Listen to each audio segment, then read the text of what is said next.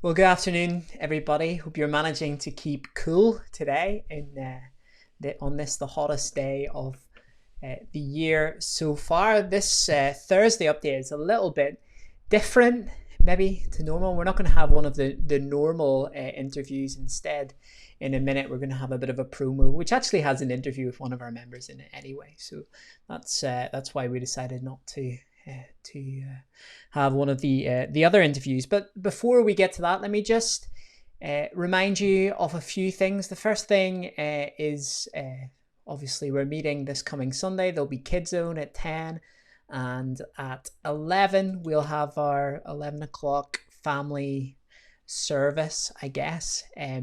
Our opportunity to connect with each other as a church. And this Sunday we're going to have a look at the bit in Jacob's story when he is about to meet his brother again after 20 years, having not left on good terms, and he wrestles with this mysterious man on the banks of a river.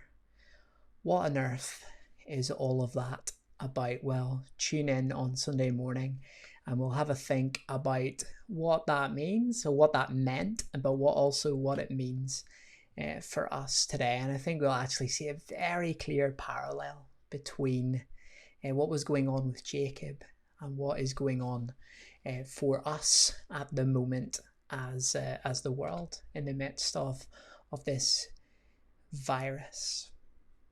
So that's this coming Sunday's topic, but there'll be a very exciting video during Sunday's service as well, something which took place last Friday on quite a dreek, as they say, north of the border day evening, and that was Aaron Halliwell's socially distanced baptism.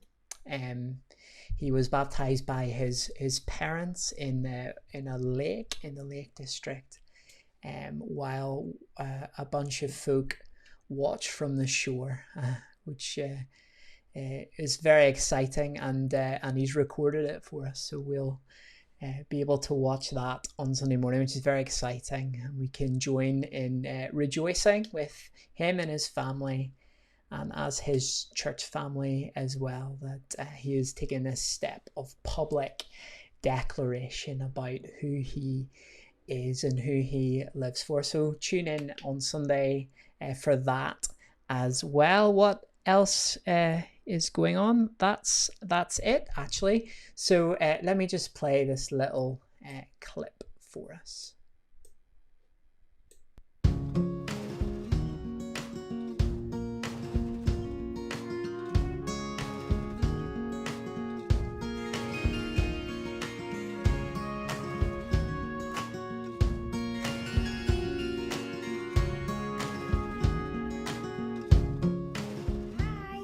My name is Lisa, I'm a mum of two and I'm 38 years old, and I want to talk to you about Alpha. So why did I choose Alpha? I chose Alpha because I wanted to explore more about Christianity. I had some very big questions that I wanted to ask about who was God, and did God really exist? Alpha was a safe environment. It was an opportunity to explore. It was an opportunity to ask those big questions without feeling judged. Alpha is a place for people of faith and people not of faith. So what you may find on the course is that there are people who are also non-Christians who have the same questions as you. How did I find the course? Well, after my first session, I was absolutely mind blown.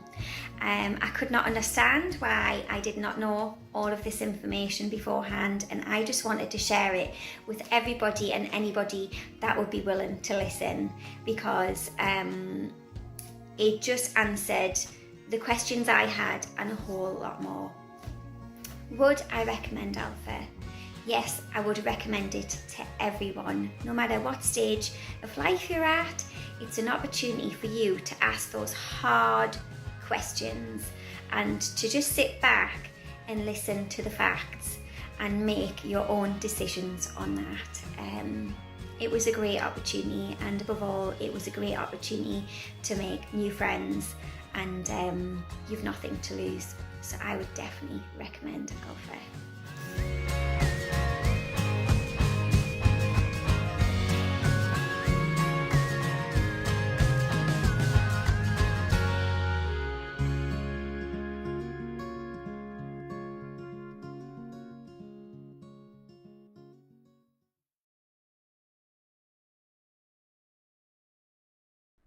So there we go. I love Lisa's enthusiasm about the Alpha course, and yeah, as it says, we're running an Alpha course starting next Wednesday, the 1st of July.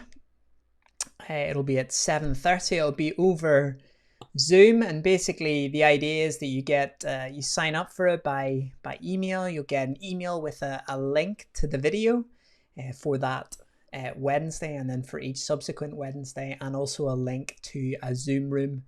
And the idea is that we will start watching the video together, and then we'll all jump into the Zoom room afterwards and have a chat about how we find the video, what we learned, what we didn't understand, all those sorts of things. There's several things that you can do for that course. The first thing you can do is invite your friends. Are there people you know who have asked you questions maybe in the past?